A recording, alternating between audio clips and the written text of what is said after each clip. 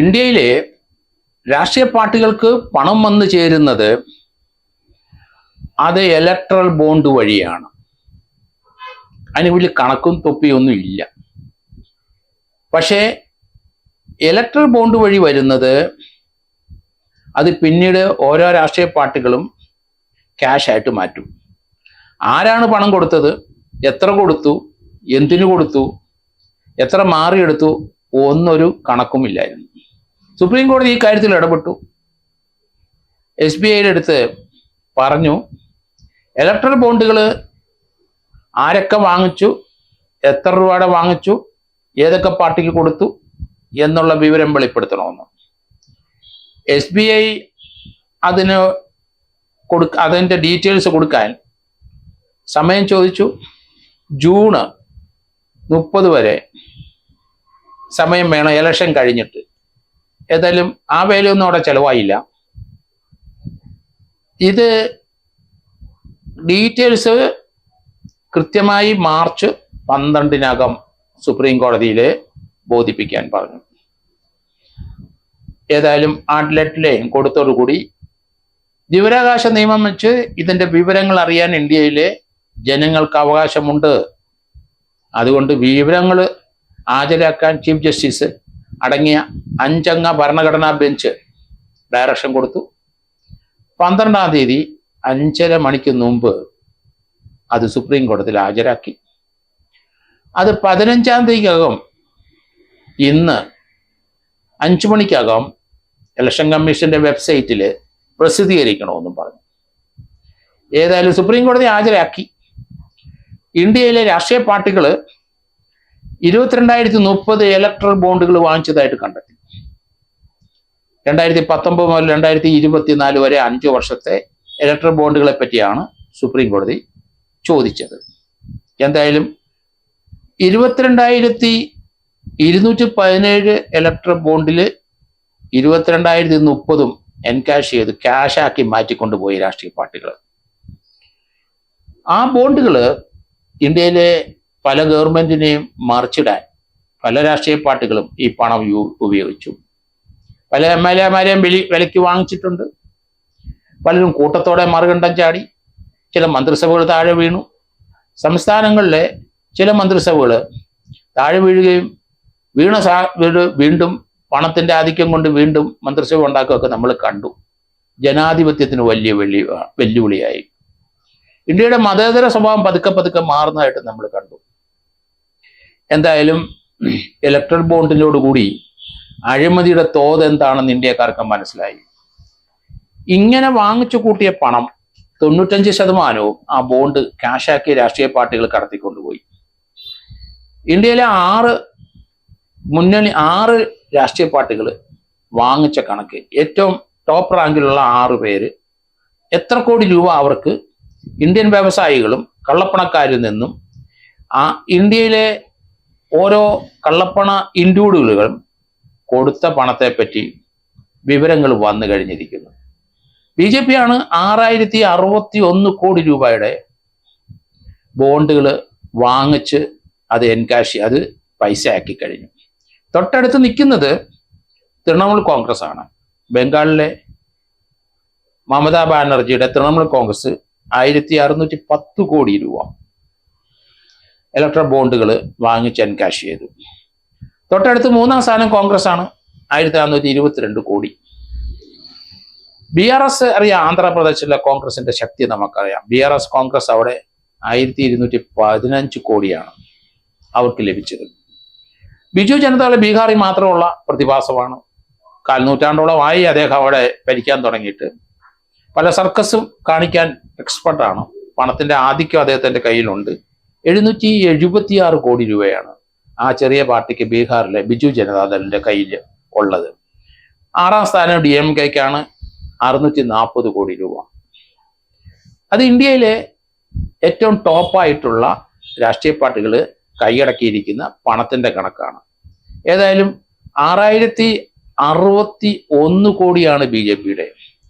മൊത്തമായി ഇവിടെ ലഭിച്ച പണത്തിലെ 47-48% വ്യവസായികളിൽ നിന്ന്, ഇൻഡിവിഡ്വലിൽ നിന്നും പണം കൊണ്ടുപോയത് BJP തന്നെയാണ്.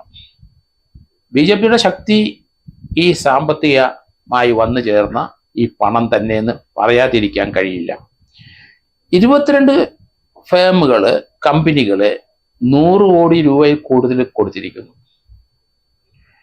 ലോട്ടറി രാജാവ് സാന്റിയാഗോ മാർട്ടിൻ, നമുക്കെല്ലാം അറിയാം. കേരളത്തിൽ കുറെ നാളുകൾക്ക് മുമ്പ് ഇവിടെ വലിയ കേസും ബഹളവും ഒക്കെ സാന്റിയാഗോ മാർട്ടിന്റെ പേരിൽ എടുത്തിരുന്നു. അദ്ദേഹം ഇന്ന് ഇന്ത്യയിലെ ഏറ്റവും വലിയ പണക്കാരിൽ ഒരാളായി മാറി. ലോട്ടറി കച്ചവടം തന്നെ 1368 കോടി രൂപയാണ് അതിന്റെ ഇലക്ട്രൽ ബോണ്ട് വാങ്ങിച്ച് രാഷ്ട്രീയ പാർട്ടിക്ക്, ഇന്ത്യയിലെ എല്ലാ രാഷ്ട്രീയ പാർട്ടിക്കും കൊടുത്തിട്ടുണ്ട്. കഴിഞ്ഞ 5 വർഷത്തെ കാര്യമാണ് ഞാൻ ഈ പറയുന്നത്. ED സാന്റിയാഗോ മാർട്ടിന്റെ പണത്തെ പറ്റി അന്വേഷിച്ചു. 411 കോടി രൂപ ED മരവിപ്പിച്ചു. സാന്റിയാഗോ മാർട്ടിന്റെ പിന്നാലെ പോയി. ഏതായാലും ഇന്ത്യയിലെ 22 ഫേമില് അതിനകത്ത് നമുക്കറിയാവുന്ന അപ്പോളോ ടയേഴ്സും പൈസ കൊടുത്തിട്ടുണ്ട് 100 കോടി കൂടുതൽ. അതുപോലെ ലക്ഷ്മി മിൽസ്, ലക്ഷ്മി മിറ്റലിന്റെ അവർ കൊടുത്തിരിക്കുന്നു. പിന്നെ ഫാർമസ്യൂട്ടിക്കൽ നമുക്കറിയാം, സൺ ഫാർമ എല്ലാവർക്കും അറിയാവുന്ന, അവർ 100 കോടി രൂപയിൽ കൂടുതൽ കൊടുത്തു കഴിഞ്ഞിരിക്കുന്നു. എന്തായാലും ഇന്ത്യൻ രാഷ്ട്രീയത്തിലെ ഏറ്റവും കൂടുതൽ പണമുള്ള രാഷ്ട്രീയ പാർട്ടികൾ തന്നെ, രാഷ്ട്രീയ പാർട്ടിയിലെ മറ്റുള്ള MLA-മാരെ വിലയ്ക്ക് വാങ്ങിക്കാൻ കപ്പാസിറ്റി വേണമെങ്കിൽ പണം വേണം. എന്തായാലും ഏറ്റവും ടോപ്പ് റാങ്ക് 6060 കോടി രൂപയാണ് BJPയുടെ ഇലക്ട്രൽ ബോണ്ട് വഴി ലഭിച്ച പണം. സാന്റിയാഗോ മാർട്ടിൻ ആരാണ് എന്ന് നമുക്ക് അറിയേണ്ടിയിരിക്കുന്നു. ഇയാള് നിലവിലെ ലൈബീരിയൻ റിപ്പബ്ലിക്കിന്റെ ഒരു കോൺസൽ ജനറലായിട്ടും വർക്ക് ചെയ്യുന്നുണ്ടെന്നാണ് അറിയുന്നത്. സാന്റിയാഗോ മാർട്ടിന് അയാള് റങ്കൂണ് അല്ലെങ്കിൽ ബർമയിലായിരുന്നു, അവിടെ തൊഴിലാളിയായിരുന്നു ആദ്യ കാലഘട്ടത്തിൽ. 1988 അയാൾ ഇന്ത്യയിലേക്ക് വന്നു. ലോട്ടറി കച്ചവടം കോയമ്പത്തൂർ സാധാരണ ഒരു കച്ചവടം തുടങ്ങി. അത് സാന്റിയാഗോ മാർട്ടിൻ കോയമ്പത്തൂർ തുടങ്ങി. പിന്നെ അത് ഒന്ന് പരിഷ്കരിച്ച് പൈസ കയറി ഇപ്പം മാർട്ടിൻ ലോട്ടറി എന്നാക്കി. അങ്ങനെ നമുക്കറിയാം കോയമ്പത്തൂർ ആ ലോട്ടറി കച്ചവടം കേരളത്തിലേക്ക് വന്നു. നോർത്ത് ഈസ്റ്റേൺ സ്റ്റേറ്റിൽ വടക്കുകിഴക്കൻ സംസ്ഥാനങ്ങളിലേക്കും ലോട്ടറി കച്ചവടം തുടങ്ങി. അത് പിന്നെ വിദേശ ചില രാജ്യങ്ങളിലേക്കും ലോട്ടറി കച്ചവടം നടന്നു. സൗത്ത് ഏഷ്യൻ എന്ന് പറഞ്ഞാൽ വടക്കുകിഴക്കൻ സംസ്ഥാനങ്ങളിലെ 8 സംസ്ഥാനങ്ങളിൽ ലോട്ടറി അവരുടെ സർക്കാരിൻ്റെ വരുമാനം, ആ സർക്കാർ ലോട്ടറി നടത്തുന്നതും സാന്റിയാഗോ മാർട്ടിനാണ്. കാരണം ലോട്ടറി കച്ചവടത്തെ പറ്റി അവർക്ക് വലിയ വിവരമില്ല. സർക്കാരിന് പണം വരുന്ന ചേരുന്നൊരു മേഖലയാണ് കേരളത്തിൽ ലോട്ടറി കച്ചവടം ഉണ്ട്. ഇവിടെ സാന്റിയാഗോ മാർട്ടിന്റെ ലോട്ടറി വിൽക്കാൻ പറ്റില്ല. കേരളത്തിൽ അത് നിരോധിച്ചിട്ടുണ്ട്. പക്ഷെ ഇവിടെ കച്ചവടം യഥേഷ്ടം നടക്കുന്നുണ്ട്.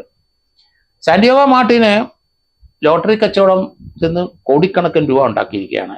ഓരോരോ സംസ്ഥാനത്തും ലോട്ടറി കച്ചവടം തരണം, അവരെ സഹായം വേണം, അതുകൊണ്ട് അവർക്ക് സംഭാവന കൊടുക്കും. അങ്ങനെയാണ് 1368 കോടിയോളം അദ്ദേഹം കൊടുത്തിരിക്കുന്നത്. തമിഴ്നാട്ടിലെ അദ്ദേഹത്തിന് അറിയാം 2014 നരേന്ദ്രമോദി ഇന്ത്യയുടെ പ്രധാനമന്ത്രിയാകും, BJP അധികാരത്തിൽ വരൂ എന്ന് കണ്ടപ്പം ഇദ്ദേഹത്തിൻ്റെ ഭാര്യ ലീമ റോസ് തമിഴ്നാട്ടുകാരിയാണ്, അവിടെ ഉണ്ട്. അദ്ദേഹം ഏറ്റവും കണ്ണിങ്ങായി ചെയ്തൊരു കാര്യം, അവിടെ ഒരു രാഷ്ട്രീയ പാർട്ടി ഉണ്ടാക്കി. തമിഴ്നാട്ടിൽ IGK എന്നൊരു രാഷ്ട്രീയ പാർട്ടി, ഇന്ത്യ ജനനായക കക്ഷി, IGK എന്നൊരു പാർട്ടി ഉണ്ടാക്കിയിട്ട് ആ പാർട്ടിയിൽ ലീമ റോസിനെ ഇദ്ദേഹത്തിൻ്റെ ഭാര്യയെ അവിടുത്തെ ഒരു ഭാരവാഹിയാക്കി. അവര് തമിഴ്നാട്ടിലെ BJPക്ക് ശക്തിയില്ലാത്ത BJP ആയിട്ടൊരു അലയൻസ് ഉണ്ടാക്കി. അങ്ങനെ BJP പോക്കറ്റിലായി. അങ്ങനെ BJPയുടെ കൂടെ അലയൻസ് ഉണ്ട്. അങ്ങനെ BJP ആയിട്ട് അടുത്തു. അവർക്ക് വലിയ തോതിൽ ഇലക്ട്രൽ ബോണ്ട് വാങ്ങിച്ച് അവർക്ക് കൊടുത്തു. അതാണ് സാന്റിയാഗോ മാർട്ടിന്റെ ബുദ്ധി. അതേസമയത്ത് ഇലക്ട്രൽ ബോണ്ട് ആര് വാങ്ങി, എത്ര രൂപയുടെ വാങ്ങിച്ചു, ആർക്ക് കൊടുത്തു നമുക്ക് അറിയാതിരുന്നതാണ്. സുപ്രീം കോടതിയുടെ ആ ഇടപെടൽ കൊണ്ട് മാത്രമാണ് നമുക്കത് സാധിച്ചത്. ഇവിടെ ഇന്ത്യയിലെ ഈ ഇലക്ട്രൽ ബോണ്ട് വാങ്ങാത്ത 2 പാർട്ടികളുണ്ട്. ഒന്ന് കേരളത്തിലെ CPIM ആണ്, ഒന്ന് CPI ആണ്. അവരാരും ഈ കള്ളപ്പണക്കാരുടെ പണം വാങ്ങിച്ചില്ല, ഇന്ത്യയിലെ വ്യവസായികളുടെ പണം വാങ്ങിച്ചില്ല. അവർ ബക്കറ്റ് പിരിവ് മറ്റു രീതിയിലുള്ള പണമാണ് അവർക്ക് വന്നത്. ഇന്ത്യയിലെ ഇതുവരെ കുത്തക മുതലാളിമാരുടെ പണം വാങ്ങാത്ത രണ്ട് കക്ഷികൾ CPIM-ഉം CPI-യും ആണ്. അവരുടെ രാഷ്ട്രീയ പ്രവർത്തനം ആ രീതിയിൽ കൊണ്ടുപോയി. അവരെ അഭിനന്ദിക്കാതിരിക്കാൻ കഴിയില്ല. ആ രണ്ട് പാർട്ടികളെ അഭിനന്ദിക്കണം. കാരണം ഇന്ത്യയിലെ രാഷ്ട്രീയത്തിൽ പണമില്ലാതെ പിടിച്ചു നിൽക്കാൻ കഴിയില്ല ആർക്കും. അതുപോലെ പണം മറിഞ്ഞെങ്കിൽ മാത്രമേ ഇന്ത്യൻ രാഷ്ട്രീയത്തിൽ കളി നടക്കുകയുള്ളൂ. പക്ഷേ അത് അറിയാവുന്ന ഇവര് പണം വാങ്ങിച്ചില്ല എന്ന് പറയുന്നത് വലിയ അത്ഭുതകരമാണ്. അതുകൊണ്ട് അവരെ നമുക്ക് അഭിനന്ദിച്ചേ പറ്റുള്ളൂ. ഇന്ത്യയുടെ ഭരണഘടനയും മതേതരത്വവും ഇതൊക്കെ ഉയർത്തിപ്പിടിക്കുന്ന മൂല്യങ്ങൾ അവരിൽ പല അഭിപ്രായ വ്യത്യാസങ്ങൾ ഉണ്ടെങ്കിലും അവരിൽ ഉണ്ട് എന്ന് കാണുന്നത് സന്തോഷം തന്നെയാണ്. അതുകൊണ്ട് സാന്റിയാഗോ മാർട്ടിനെ പോലെയുള്ള ഇന്ത്യയിലെ കുത്തക മുതലാളിമാര് എന്ന് പറയേണ്ടി വരും. അവരെല്ലാം പണം വാരിക്കോരി കൊടുത്തത് എന്തിന് എന്ന് ഇനി അന്വേഷണം വരും. കാരണം സുപ്രീം കോടതിയിൽ ഇപ്പം ആ ഒരു ജനാധിപത്യ രീതിയിൽ ഉള്ള ഭരണം നടക്കുന്ന ഇന്ത്യയിൽ നമുക്ക് അറിയാനുള്ള അവകാശം ഉള്ളത് കൊണ്ട് മനസ്സിലാക്കിക്കൊണ്ട് സുപ്രീം കോടതി സുപ്രധാനമായ ഒരു വിധി തന്നെയായിരുന്നു അത്. അതുകൊണ്ട് ഇനി അഴിമതികൾ വളരെ കുറയാനുള്ള സാധ്യതകളുണ്ട്. ഒരു ഗവൺമെന്റിനെ മറിച്ചിടാനുള്ള ഫണ്ടുകൾ ഇങ്ങനെ വന്നു ചേരുന്നതിന് ഒരു തടയിട്ടു സുപ്രീം കോടതി. അത് ജനാധിപത്യത്തിന്റെ ശക്തിയാണ് എന്ന് പറയേണ്ടി വരും. എന്തായാലും വരും ദിവസങ്ങളിൽ ഈ പണം വന്നു ചേരുന്ന ആ പാർട്ടികളെ പറ്റിയും അത് വിനിയോഗിച്ചതിനെ പറ്റിയും ഒക്കെ കൂടുതൽ റിസർച്ച് നടക്കുകയാണ്. അതെല്ലാം നമുക്ക് മനസ്സിലാകാൻ സാധിക്കും എന്ന് കരുതുന്നു.